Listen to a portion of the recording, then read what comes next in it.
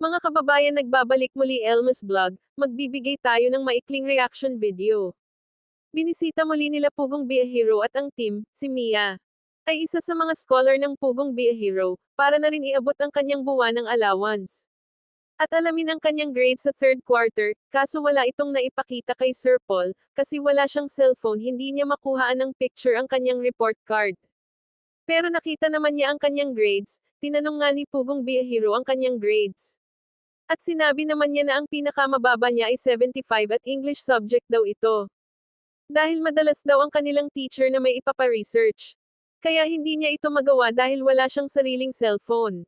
At napagdesisyonan ni Pugong Be a Hero na bibilhan niya ng cellphone si Mia. At dictionary para hindi na mahirapan pa si Mia, pag may kailangan i-research. At nangako rin si Mia na mas pagbutihin ang pag-aaral niya. Mapanood ang full video sa YouTube channel ni Pugong Be a Hero. Please don't skip ads. Para sa ganun na paraan makatulong din po tayo sa kanilang mga tinutulungan, at ganun na rin sa channel ng Tres Marias, Tito Hearns TV, at PB Team ng Luzon, Visayas, at Mindanao, at sa inyong lingkod Elmas Vlog. Please support sa aking munting channel. Hanggang sa muli, maraming salamat. God bless us.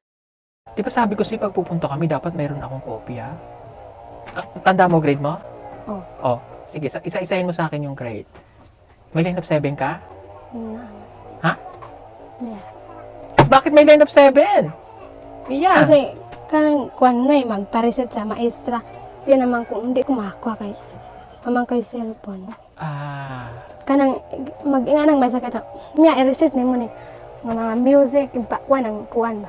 Pa-memorize mga English, ipa-reset sa maestra. Di man kuha man kay cellphone ang uban kay naaman. yung research ang problema Oh. mo. Okay. O bakit ka umiiyak? Sa English ko nabagsak. Bumagsak ka sa English? Ilan ang grade mo sa English? 75. Bakit nag-75? Um, Anong ambot?